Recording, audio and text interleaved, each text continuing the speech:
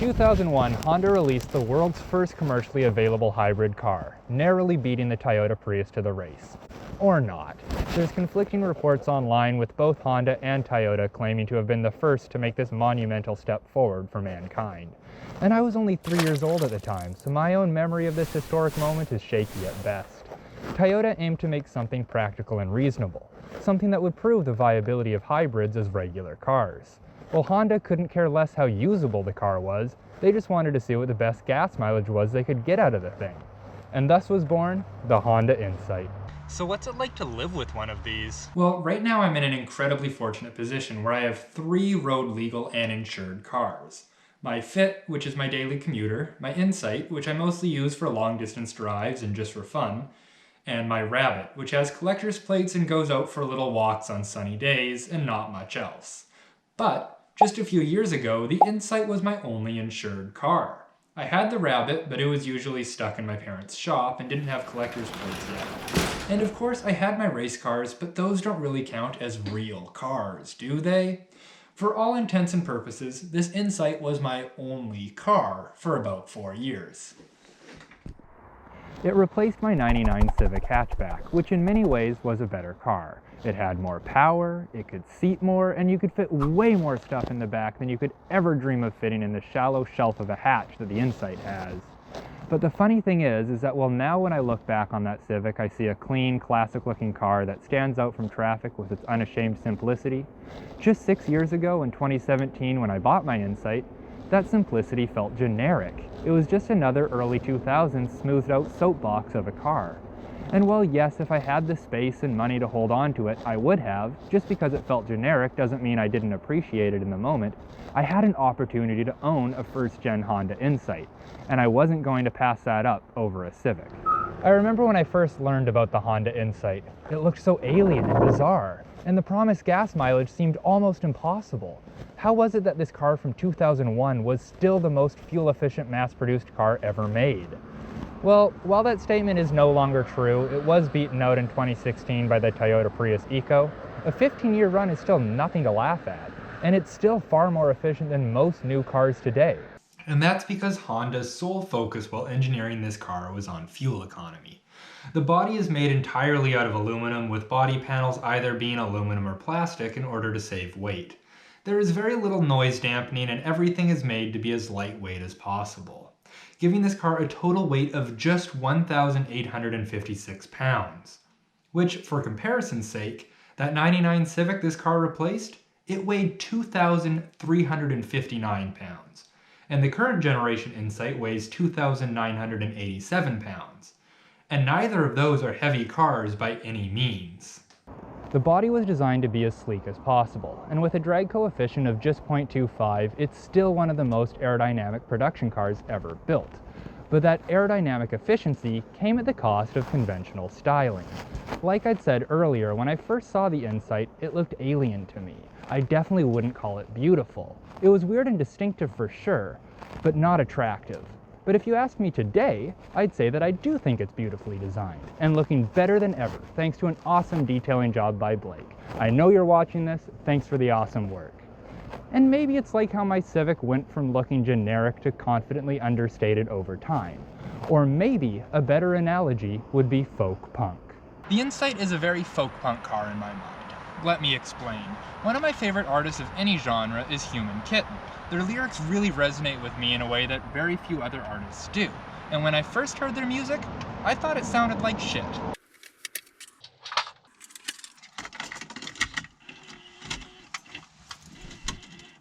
I wish I had a reason for feeling how I feel. I wish there was a purpose or a meaning or something.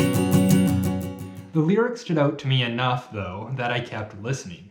And at this point, I genuinely really enjoy Elijah's voice, and can't even hear how I ever could have felt differently.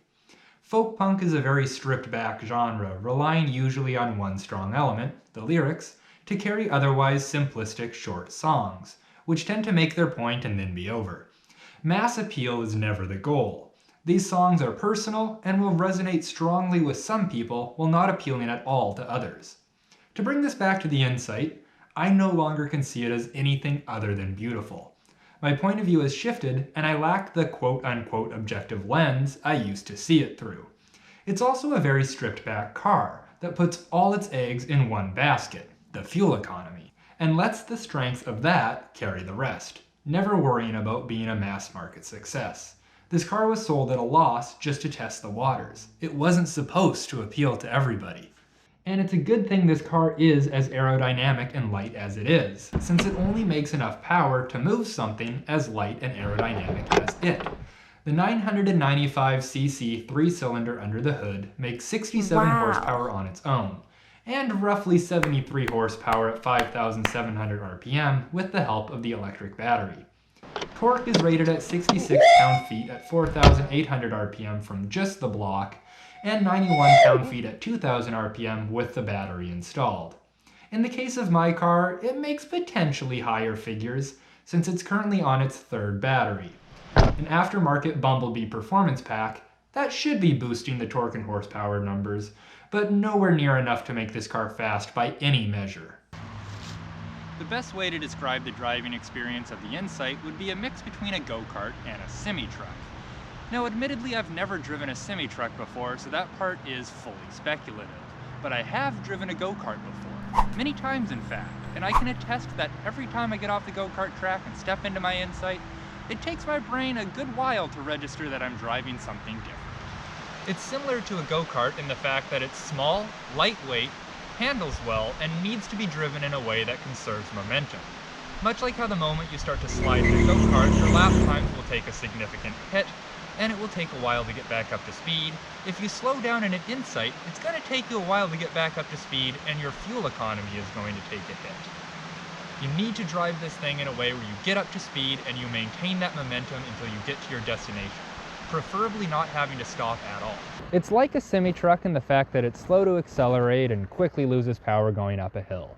You'll feel like a truck driver holding up traffic from a stoplight or speeding up at the bottom of a hill just to be going at a snail's pace by the top of it. Not that that is to say that this car can't keep up in traffic. It can and it will.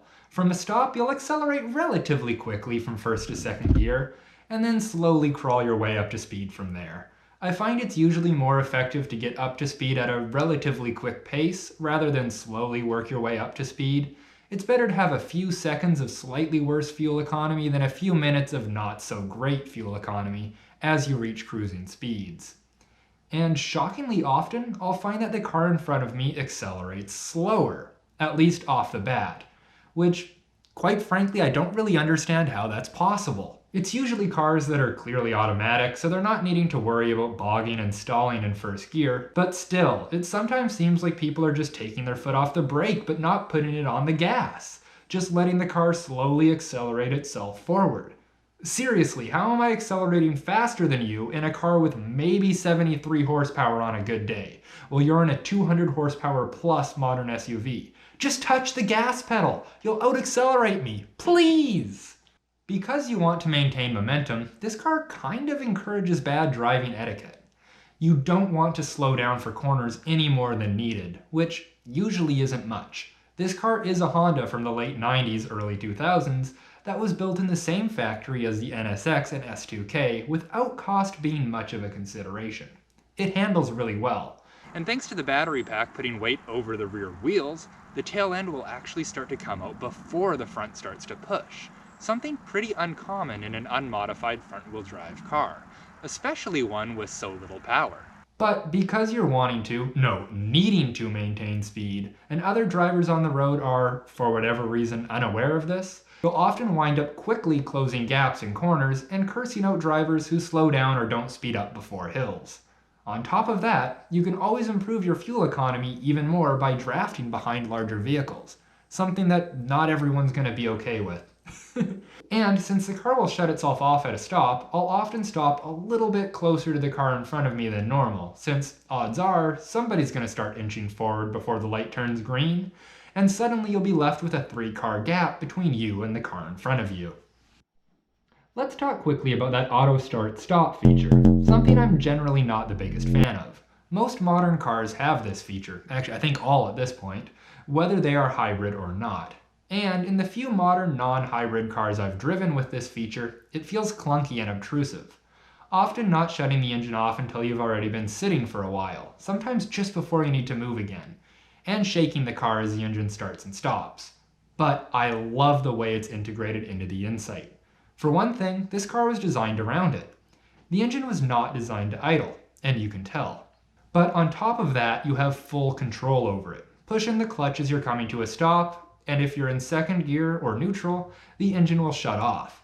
Pop it back into first gear and the engine immediately comes back to life. There is no shake, no rumble, it's smooth and instantaneous.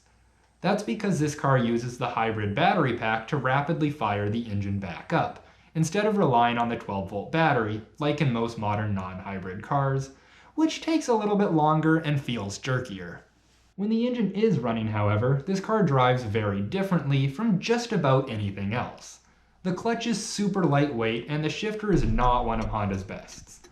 Unlike most of their manual shifters, this one is cable driven, presumably to save weight, and it's not nearly as precise as you might expect from a Honda of this era because of that.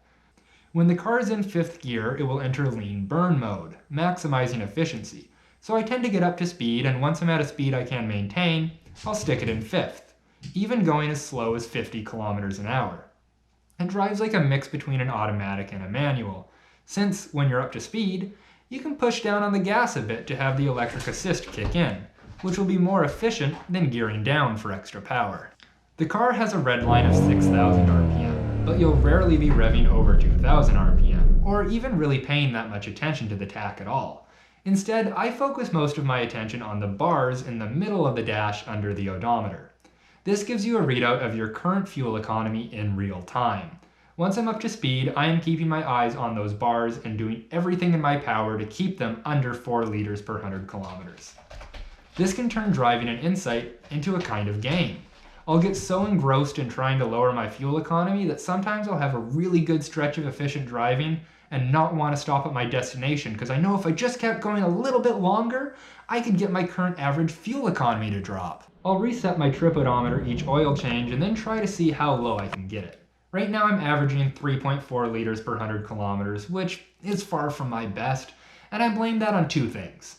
One, I have new tires. They're the same low rolling resistance Potenza RE92s that were essentially designed specifically for this car, and they're what you want to have, but they're brand new. They need to break in before they'll be as efficient as my older well-worn set. And 2, this car sat for a little while, and the first 100 kilometers, the battery was still reconditioning itself to real-world use.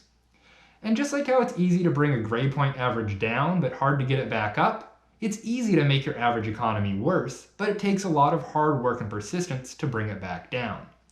The average lifetime economy for this car is 4.4 liters per 100 kilometers, which is frankly abysmal. I bought this car with around 84,000 kilometers on it and have, in my 6 years of ownership, doubled that. It's now at just over 170,000 kilometers. I bought this car off the second owner who put the blame on the poor lifetime economy on the original owner, an old lady who'd mostly had her nephew drive it, and apparently he didn't care about driving efficiently. If memory serves, the average economy was at 5.2 liters per 100 kilometer when I bought it. I don't have any pictures though, because at the time I was just kind of ashamed of that. Although now I'm really curious to see how much I have brought the average economy down during my ownership. Back when I was daily in this car, if I was driving mostly in town, I'd average between 3.2 to 3.5 liters per 100 kilometers, with the latter usually being during the winter. But there's this one particular 158 kilometer drive that along that road, this car just cruises.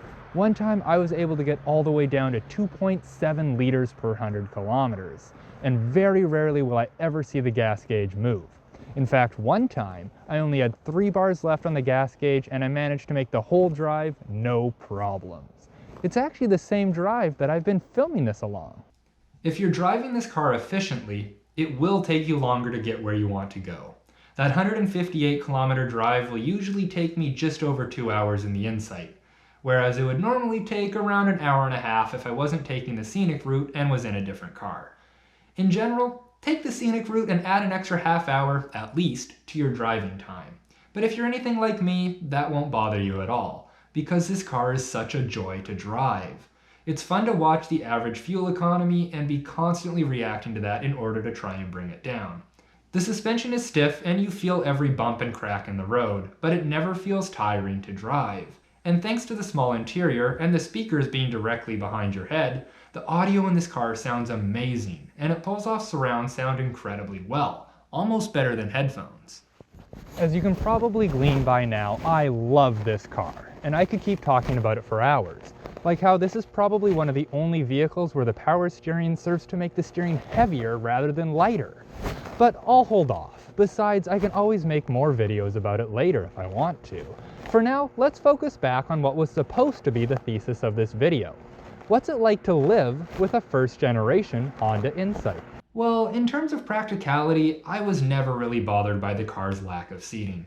But I rarely have a single passenger in my car. If you frequently need to be able to seat more than one other person, this car won't work for you. And if you want to transport non-human cargo, you're not much better off. The rear hatch is very shallow, since most of the space is taken up by the hybrid battery. And while I have managed to fit a full set of tires in this car, I had to have 2 of those riding in the passenger seat. Overall, this car is not exactly practical for most use cases. And then there's the matter of cost of ownership, or upkeep. Unlike most Hondas of this era, I'm not sure I would call this car overly reliable. I mean, it's better than some, but it's definitely not the most reliable car I've ever owned. I've had to do a lot of repair to this car during my 6 years of ownership, and parts are nearly impossible to find and stupidly expensive if you can track them down. Like I'd mentioned earlier, I'm on my 3rd hybrid battery. When I bought this car, it had the original battery in it, and that lasted until just over 110,000 kilometers, which that's not bad, when I cooked it going up a hill on a sunny day, although it was clearly on its way out before then. I replaced that with a used junkyard battery pack, which gave me another 20,000 kilometers before I had to bite the bullet and buy a new battery. But at least now I have a warranty and shouldn't have to worry about replacement for a while. Beyond the battery packs, before I bought this car the transmission was rebuilt. 3rd gear has a tendency to pop out after a while, and mine is probably needing another rebuild soon, to be honest. I've done some basic expected replacements like spark plugs and the air filter, but I've also had to replace the rear motor mount, which had been shoddily repaired with silicone at some point before my ownership, the passenger side motor mount, the 12-volt battery, and I had to clean the EGR plate after the car stopped accepting going into lean burn mode, or it would just cut out when it would try. I wanted to replace the plate, but the part is discontinued, and so are the gaskets. So I wound up ordering in the last remaining complete engine gasket set from Rock Auto, and now I just have to hope I did a good enough job cleaning it that I won't need to replace it anytime soon, because I honestly don't know how I would. I've put way too much money into this car at this point, but you know what? I'm okay with it because I don't ever want to sell it. If I had to choose between this and my Fit, and I could only have one as a daily, I'd choose the Insight over the Fit. Even though that would mean giving up a lot of practicality. The Honda Fit is an amazing car, and just about anyone will find something to enjoy in it. While the Insight is also an amazing car, but like folk punk, it's much more niche. It's not going to appeal to most people. But for me, what I've realized is that this is very much my car. My Fit is great and it's so usable, but at the end of the day, it's fun in the way that any economy car is.